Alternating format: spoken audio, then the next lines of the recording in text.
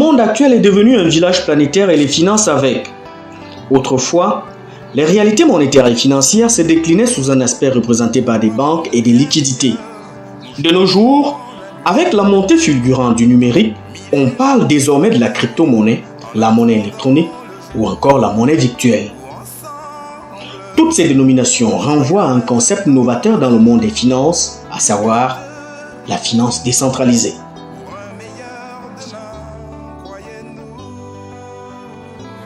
La finance décentralisée est née justement des crypto-monnaies et justement suit la règle et la mission, les valeurs de la crypto-monnaie qui se veut justement n'appartenir à aucune institution, n'obéir à aucune loi régie par un gouvernement, une institution centralisée.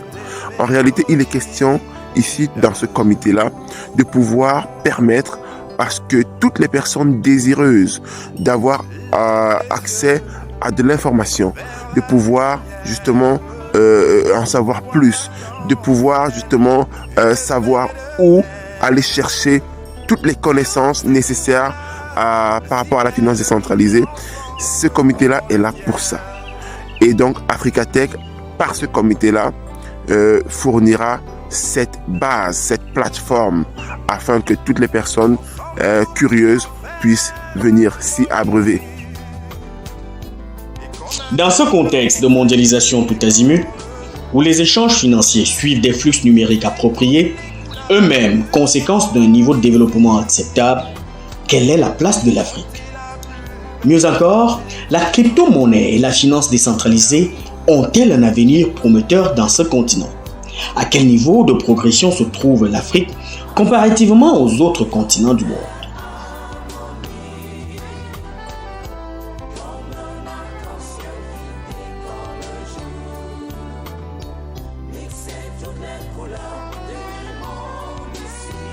En réalité, malheureusement, le constat est clair. L'Afrique est à la traîne. Comparativement au continent asiatique, américain, européen, au continent océanique, l'Afrique traîne le pas. C'est vrai que ça et là, il y a des pays qui essayent de faire d'être aux avant-gardes, mais ce n'est pas assez. Rendez-vous compte, la maman au village qui fait son champ, le pousseur dans la rue,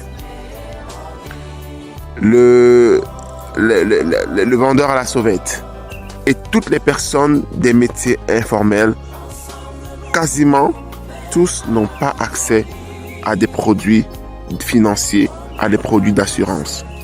Imaginez un peu le potentiel que ces personnes-là pourraient apporter à une économie si jamais on leur offrait la possibilité de pouvoir justement être des acteurs majeurs dans l'économie. Imaginez qu'il n'y ait pas d'institution qui est là pour filtrer, pour tamiser les profils. Et imaginez que toutes ces personnes-là aient accès au financement. Imaginez que dans un monde où la finance décentralisée serait là, serait bien implantée, ces personnes-là auraient accès au crédit.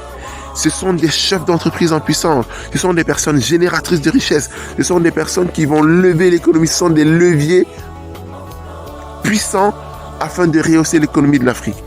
Il est donc question de cela dans la finance décentralisée.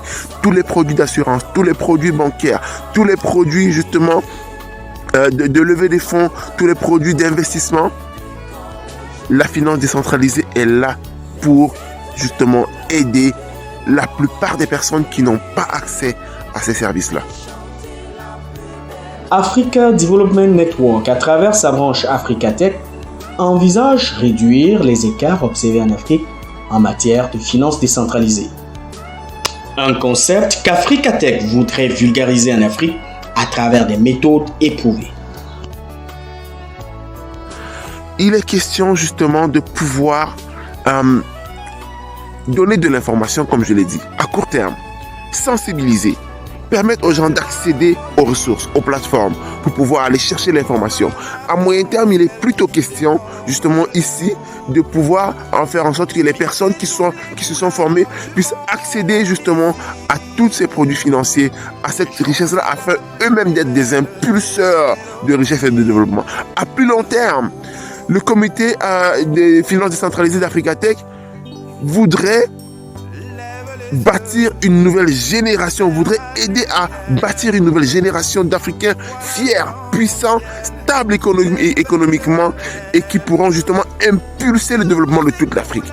En réalité, comment est-ce qu'il faudrait faire pour rejoindre ce comité-là? C'est très simple. Toutes les personnes qui sont crypto-passionnées, toutes les personnes qui sont des passionnés de l'investissement, de la finance, toutes les personnes qui sont des geeks, des nerds, des personnes qui sont justement des tech savvy, c'est-à-dire qui sont férus de l'outil informatique, toutes les personnes qui sont juste des curieux et des curieuses, venez dans ce comité-là. Nous vous attendons. Il y a des choses à faire, il y a de très belles choses à faire. L'aventure continue. Donc, écoutez, nous sommes sur une belle opportunité. C'est le moment. On vous attend. À très vite.